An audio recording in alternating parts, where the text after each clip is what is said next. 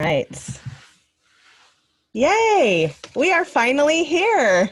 That's so 34 great. minutes later. That's great. Wonderful. Nice to It, see you, Michelle. it is the power of persistence, right? Yes, persistence really does pay off in every way. It Yes, does. don't give up. So I want to welcome this beautiful woman, Hannah. Is it Hannah or Hannah? Hannah. Hannah. Okay. Hmm. I met Hannah. We both are part of a group, a forum for marriage and family therapists in the community.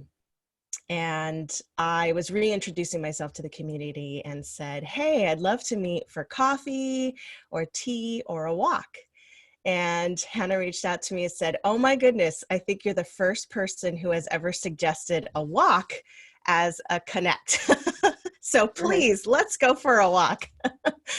And I met with her and we took this gorgeous leisurely walk up at Spring Lake, and I just fell in love with this woman. She is such an open-hearted, welcoming, pure spirit who Mhm. just is so present and so lovely. And I wanted everybody in my community to meet her.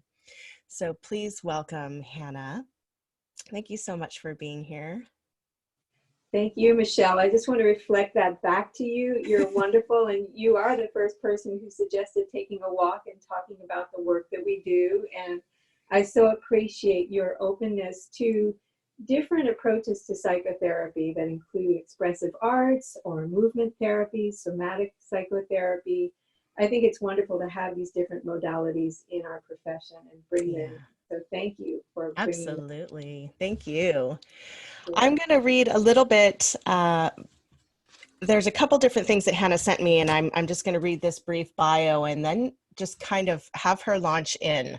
She has so many rich things to say about this uh, concept of power, especially when it comes to women and her own personal journey in discovering her power and the power that she helps many of her clients reclaim for themselves through the work that she does in working with trauma. So Hannah is a somatic psychotherapist here in Santa Rosa, and she gave a research-based presentation for Recamped, which is the agency that I was telling you about that collects all of us marriage and family therapists in the area and brings us together. And it was called Somatic Practices for Anxiety, PTSD, and Stress Reduction in 2015. And it's still available in the video archives of the Recamp's website, which is fantastic. The tools and practices that she offers to individuals and groups: walk and talk therapy, online therapy, EFT tapping, guided visualization, meditation, and yoga for stress reduction and trauma release, which is one of the things that I really have started to pick her brain about because I'm so interested in that as a modality. Self-healing practices from Japanese acupressure, healing songs, and chants for deep relaxation. And she spent 20 years developing the yoga for trauma release as a trauma-informed yoga-based practice. And I would love, maybe that's a place where we can start. Why is it that you work with trauma specifically? Well, like many psychotherapists, we're trying to understand our life experience and why things happened the way they did. And so in my own life, I've had more than one trauma, as many people. I think most people have one or two, or maybe a number of big traumas, whether it's heartbreaks or whether it's physical, issues that come up or accidents that happen to people that really change their lives. And as like most people, I've had some of those experiences, and I was just kind of like an explorer, like, okay, well, what works? Okay, well, this works and this works. And so I became a Reiki practitioner, which is energy work, working hands on the body, Mhm. kind of moving the energy centers, allowing the energy to flow more freely through the body. And as I worked on clients, this was 25 years ago, as I worked on clients, I was also healed by letting this kind of prana, this positive energy, flow through me to my clients. It was flying through me. It was flowing through me as well. In a similar way, I learned therapeutic touch, where it's hands off of the body and moving the energy in that way, this radiant energy that's within everyone, and just allowing that to flow. And for so many people, it gets stuck in various areas, and we want the energy to flow. So as many of us know, we can get that way, get that flowing energy by exercise, healthy food, all of these good things. And so I've explored many of these modalities, including the Japanese acupressure. I just spent about 4 years recently learning from some wonderful teachers here in Portland, Oregon, and just love learning. Like, I'll show you a simple one. If you put one hand behind your neck, that's for stress reduction, and other fingertips just under your collarbone, which is boosting the immune system. It's a very simple practice from Japanese acupressure. And then, of course, we take time to breathe and relax. And anytime we take a long, slow inhalation and a long, slow exhalation, it helps to bring us back to our center. Good. So another way we do that in Japanese acupressure, and I see your big smile, I just love that really you're in touch with the practices and you're experiencing them as we talk, so I appreciate that. And another thing that I teach many of my clients, especially clients who are dealing with anxiety or PTSD, is practices from Japanese acupressure where, let's say you take one hand and hold the other thumb, it releases any worry. So that's a practice that also helps digestion. So holding either thumb, it doesn't matter, and breathing and relaxing. And if someone has trouble sleeping at night, they can hold each finger for anywhere from 1 minute to 5 minutes. And these are the long finger holds from Japanese acupressure, which is Jin Shin Jitsu. I'm going to have to try that one. Yeah. I've had a really hard time sleeping lately, and I think this is going to be a good one for me. Very helpful. Yes, it's very helpful. And so we move from releasing worry, where the thumb is. So let's say your left hand holds your right index finger, releasing any fear. So it's another practice from Japanese acupressure, which is called, the actual Japanese acupressure is called Jin Shin Jitsu. So releasing fear, again, helping digestion. Each finger helps to release emotions as well as helping the organs, the systems in the body. And then let's say the left hand holds the right middle finger, and appropriately it is releasing anger and frustration. So easy to remember. I don't know how, but that's a good one. And so let's say if someone's really frustrated on a certain day, they can just don't even bother with the other fingers, just hold that middle finger and breathe. And then let's say the left hand holds the right ring finger, releasing sadness, helping the heart and the lungs.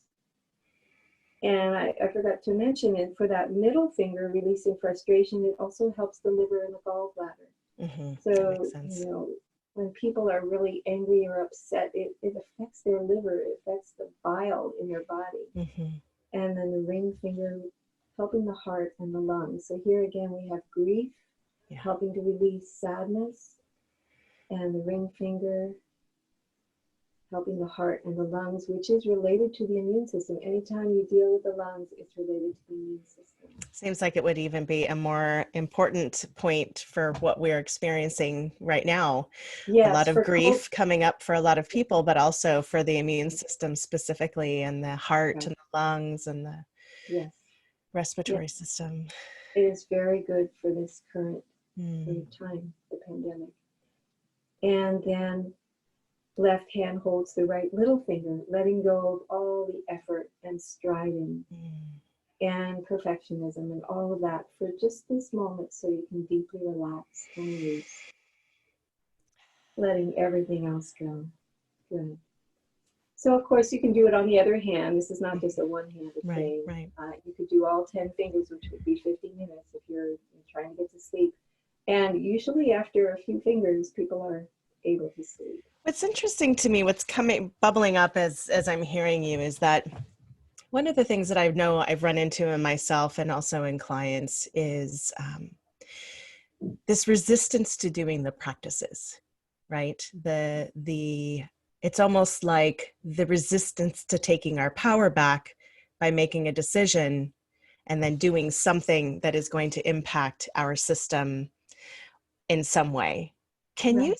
can you speak to that at all? Do you relate to that, or do you have any stories around, that dynamic of how we can sometimes sabotage taking our own power back when we see a simple, beautiful exercise like this that would not take much effort, but people can still find themselves in resistance to? Mhm. I think it happens all the time. People put up roadblocks. They're like, no. People want to stay in their comfort zone and like, no, that is really out of my comfort zone. I don't, whatever. That's too weird for me. And Yeah. so, I find it helpful to have a number of tools in my toolbox. So Yes. let's say I'm suggesting emotional freedom technique, which is, okay, it looks really funny. You're going like this and you're breathing, and these are emotional acupressure. You're helping to shift things, not just emotionally, but physically. And you're helping to come back to the present moment. But they say, oh, no, I don't want to do that. It's like too weird for me. And so I'll be I like, had a oh, hard time introducing that to clients because I had that feeling for the longest time. When I've been an EFT practitioner for probably almost 15 years, and mhm. it was interesting. It's my own kind of getting in my own way around like, oh, this is going to look really silly, or kind of priming Right. them with that when it's such an effective tool. It is. And maybe I could just mention for anyone who doesn't know what it is, emotional freedom technique is also called emotional acupressure. So Mhm. basically, you're bringing in awareness of your physical body. Let's say you're not doing anything physically, then your mind can be thinking about the past and the future, and it may be very hard to be here in the present moment. But if you're tapping your head, I can promise you, you are more in the present moment if you're not tapping your head. Yes. It brings you back to, and I don't try to argue or, persuade people. I just try a different Right. modality, Right. basically. But so the tapping would be, let's say someone says, oh, I find it hard to stay away from the wine during all this or whatever, and you'll say, okay, think about that. I really just want more wine. And then, but wait a minute, there's part of me that actually really wants to get over this and just deal with my feelings and really take care of myself, because when I take care of myself, I feel so much better. And so the tapping kind of shifts things, help us Hmm. Hmm. shift our consciousness. Yeah. But if someone says, oh no, I really don't want to do EFT, I'll say, fine, let's do walk and talk Yeah. therapy. So we walk outside on a beautiful day. And right now I'm only doing teleconference sessions, Right. but Right. on normal times when we're not in the shelter in place, I would be walking outside in a country setting. Um, Beautiful country road, pretty peaceful. Usually don't see anybody out there. And walking with a client, talking about their issues. Yeah. So then I had a Yeah. client who didn't want to do that. And she was dealing with a lot of depression. And she was like, no, I just want to sit here and talk about my problems. And I was like, okay. And, after 30, 40, 45 minutes into it, I said, well, how about this? How about if we try a 1 minute walk? Just 1 minute. And she agreed, and she started getting better, and we started doing 5 minute walks and 10 minute walks. So it's just, but sometimes you have to try a whole different modality. Right. It just, Right. there's no other way. Right. So tell me about your personal experience with these tools. When you are in a place where you don't feel like you're in your power, maybe you're in a place of self-doubt or self-criticism, or you're just not sure what to do. What are some of the things that you have run into in your personal life, and what tools do you use when you're in that place? Okay. Well, if it's a really, let's see, I had two thoughts about on a day, let's say a day when I feel really strong and aligned with my innermost self. And I just want to share with you and with everyone, I think many people already are ascribing to this perspective, but according to the yoga philosophy, which I've been a yoga teacher for more than 30 years, and a psychotherapist for 15. Um, so according to yoga philosophy, the true self that you are, the true self that I am, is peaceful, eternal, infinite, all powerful, Hmm. all loving, an ocean of love. That is your true self. an ocean of peace. This is who you are, an all-powerful being. That is who we are. And if we connect with the innermost self, the divine mother within us, and feel unified with her, like, okay, I'm having a strong day, I'm aligned with my divine mother, you know, I'm aligned with that goddess energy, it's okay, everything's going to be fine. That's one kind of day or one kind of moment, right? So we all have those great moments. Yeah. And of course, those moments we have to remember, not I, but thou. Like, you know, if we say it's me, it's just me, then it's all, the next day I'll be flat on my face. Like, you know, I just stumbled over a log and, like, you know, you get it. You know what I mean? It's like pride comes before a fall, obviously. You know, if we want to stay in that aligned place with that divine self that you are, it has to be from a place of, you know what, I get it. It's not me, the ego. It's just this higher self that's in everyone. Yeah. So we want to honor, you know, that in everyone. So there's another kind of day or another kind of moment when it's not that easy. Maybe I just feel like things are harder, you know. And then it's more like, okay, well, let me, even if I don't feel kind of like unified or identified with that higher self, maybe I could supplicate or just ask a favor, like, could they help me, please, you know, that higher self. So I'm going to share a song with you that is kind of coming from that point of view. I love it. Yes, yes, please. Okay. And it's kind of from a, you know, goddess or Native American approach, and the words are, ancient mother, hear us calling. Ancient mother, hear our cry. We are calling for your guidance. You get the idea. Yeah, yeah.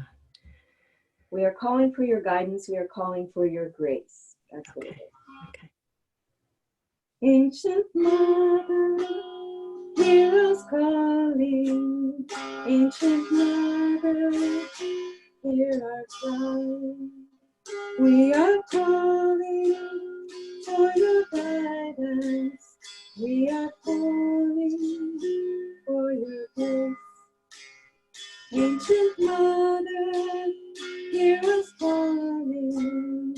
Ancient mother, hear our cry. We are calling for your guidance.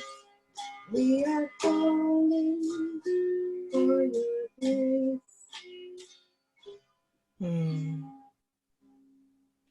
So that's the kind of thing where we're just kind of asking for some guidance, asking for that assistance and support. And this is an Appalachian dulcimer that a friend gave me when I was beautiful. Nalani gave it to me, and I played it so many thousands of times. I just love it. Very simple instrument, way easier than a guitar. I love it. So there are other things that I have found to be helpful when, let's say anyone who's dealing with a number of traumas that they've had in their life, may be feeling things at the physical level. So maybe their digestion is off, or maybe they get headaches, or maybe they have fibromyalgia, or all of these things for different people. And there are ways that we can move out of the fight or flight response into rest and digest. So we're talking about moving from the sympathetic nervous system, which is fight or flight, to the parasympathetic nervous system, which is relaxing.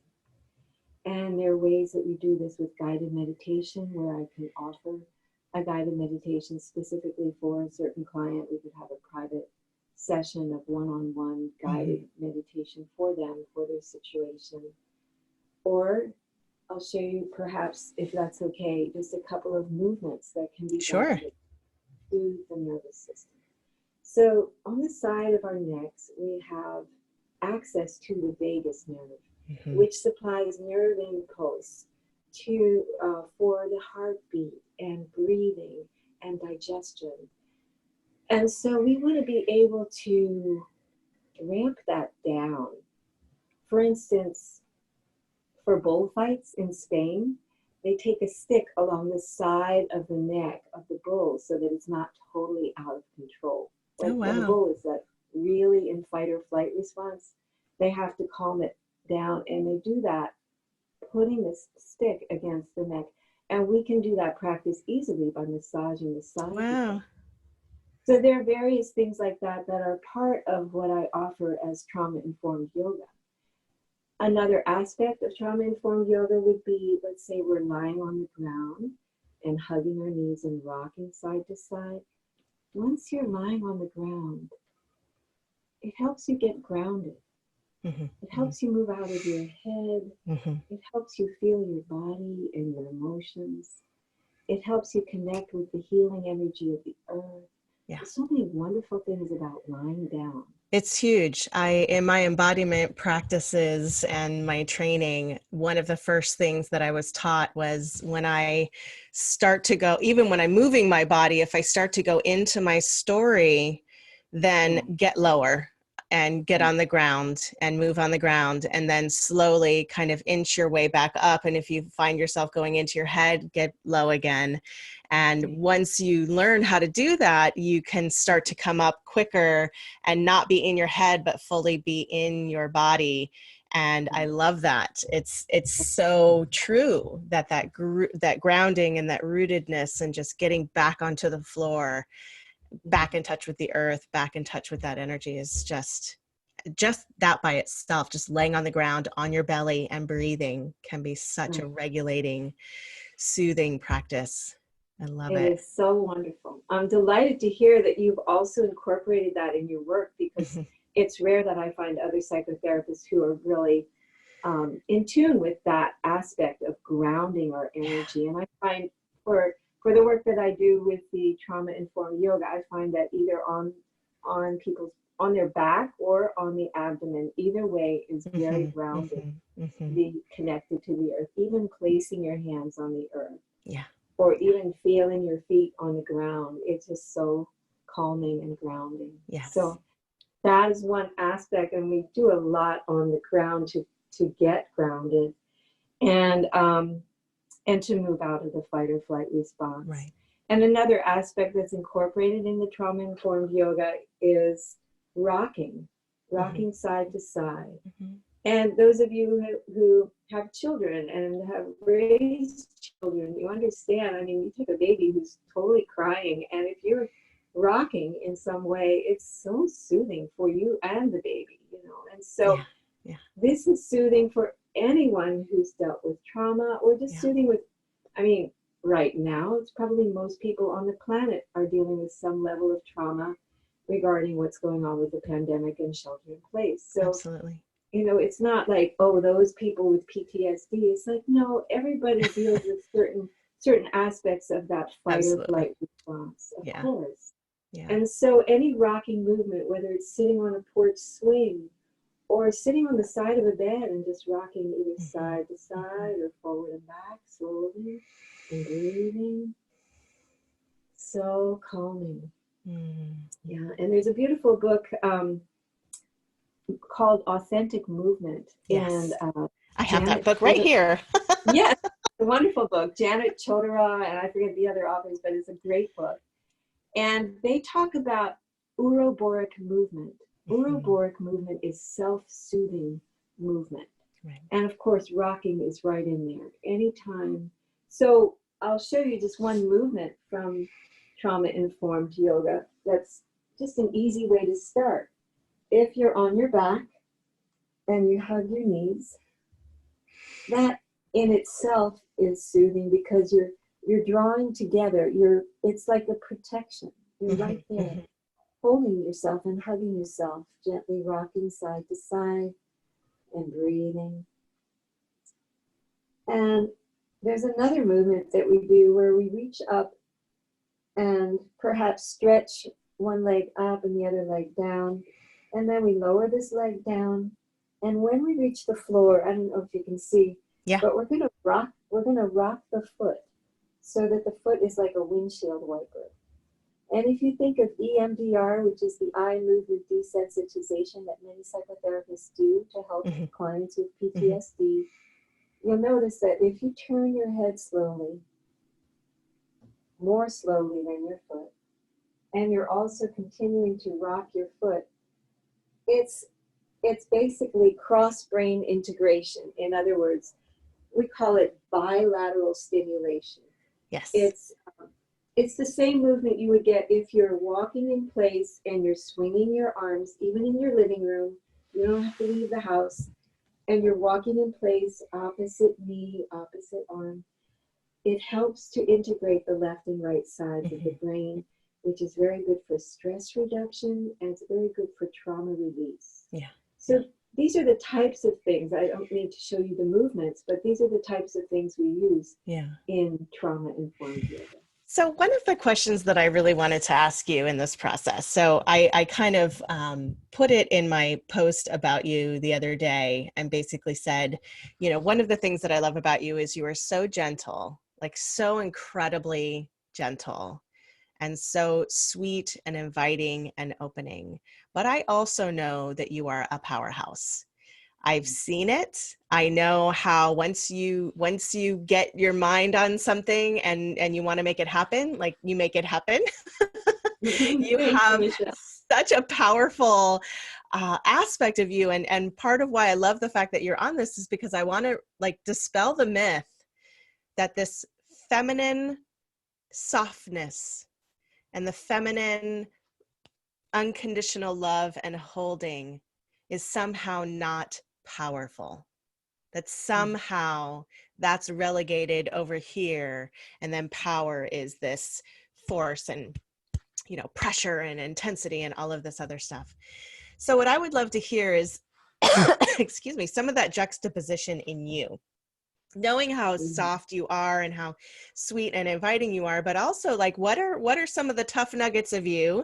What are some of those experiences that you've had where you really have had to pull out a different kind of power inside of yourself and show up in a different way? I would love to hear a little bit about your journey in that. Well, what comes to mind is that let's say that openness and innocence earlier in my life might have brought forward experiences that were where I was taken advantage of. And that did happen, you know, in some situations, heartbreaks and that kind of thing. And I think following that, you know, if that gets painful enough, there's a part inside of us that may get angry, first sad, or maybe throwing that anger at oneself. Right. I went through a time of heartbreaks and directing the anger or hatred toward myself, which is sad to say because the be all and end all of psychotherapy is to love ourselves. And at that point when, okay, let's say this relationship didn't work out or something, and then I felt, oh, it's me, or just, so what I did was I was eating almonds late at night. Okay, this is not good. It was not good for my health, you know, and I had to learn how to shift out of that. And yoga has been one of the greatest practices to move away. I don't want to hurt my digestive system by eating when I'm not hungry. You know, this is not going to help me. And so, you know, I think a lot of people go through heartbreaks. A lot of people go through self-deprecation, like, oh, maybe it was me, or, you know, maybe I don't deserve that love or whatever. Right. And it's like, no, everyone deserves love. We've got an ocean of love inside, and it's all around us. Mother Nature is around us, shining her love at us. You know, we are surrounded by love, and we are filled with love. And we need to become the beloved that we're looking for. You know, if you want someone who's, you know, hardworking, successful, you know, financially, physically, emotionally stable, fine, let's become it. Let's be it. And it's drawn to you, you know, like that. But I think, you know, after some of those experiences, after one of them, it was really deeply hurtful, I became very angry. And it's the kind of anger that, you know, has softened quite a bit over the years. And I found out one important thing about anger. Anger can kill you. It could kill anybody. If you let it go long enough and hard enough, intense enough, it would literally kill the entire body. And that's, you know, you deserve better than that. Yeah. And really, it's not so. I mean, I had a phrase, forgive to live. I have to forgive. You don't have to forgive anybody, anything, but you do have to let go. Right. You have to let go so you can move on. Yeah. and you really have to let go at a deep level. Yeah. And so I had, like 10 years of intense anger, toward X, toward so-and-so, or toward the world, or toward myself. And then finally was able to kind of move beyond that and come into healing. And I'd say yoga has been one of the greatest, yoga and meditation. I did 20 years of meditation on my own, by myself in my room in the morning when I got up. And before that, 10 years of meditation, most of that time at a meditation center where I was offering music and food right after college. So after those, meditation has helped. Yoga has helped to come into the body, let go of the past, let go of the future, just be in this day, in your body, feeling it right now. And so maybe as a backdrop to that anger, once the anger dropped off and the health came back, there was still this powerhouse in there that was like, don't even think about messing with me. It's just like, it's not even possible. Even if someone hacks me at some point, I'm up till 2:30 in the morning, I'll fix the whole thing. They won't even have a minute to look at that. It's like, no, there is no way. It's just not going to happen. So, and I don't know whether that's aligning with Mother Kali or what. Mother Kali is the goddess of destruction. It's but quite possible. Right. We've got all of the goddesses within We us. do. We do. We've got the, Kuan Yin and the goddess of compassion. And we've got, the goddess of love. We've got Lakshmi, who's the goddess of abundance. We've got all of these goddesses inside of us. And Kali, she's about destruction. And she's very active right now during the pandemic. There's a lot of destruction going on in the world. But my hope is that many of us can learn to maybe shift our lives a little bit. I just want to go grocery shopping maybe once a week, not 4 times a week. I don't want to use the car that much. I don't want to go out of the house that much. I mean, it's fine to go places, but I don't need to shop that much, So it's, I want to change my life. And my hope is that many of us in small and big ways might shift our lives in honor of Mother Earth, who's, Mother Kali, she's about destruction. There's a lot of destruction going on right now. But I'm hoping that something new is being born in us and on the planet.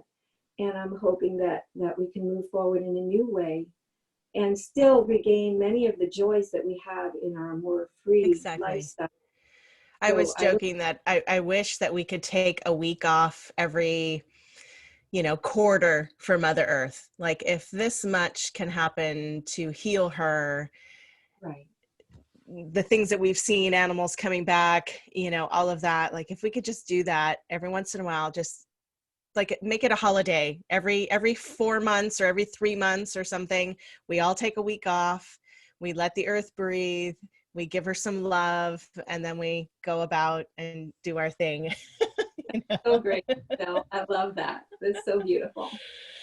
Oh my goodness. So what advice, suggestions, stories do you have for people who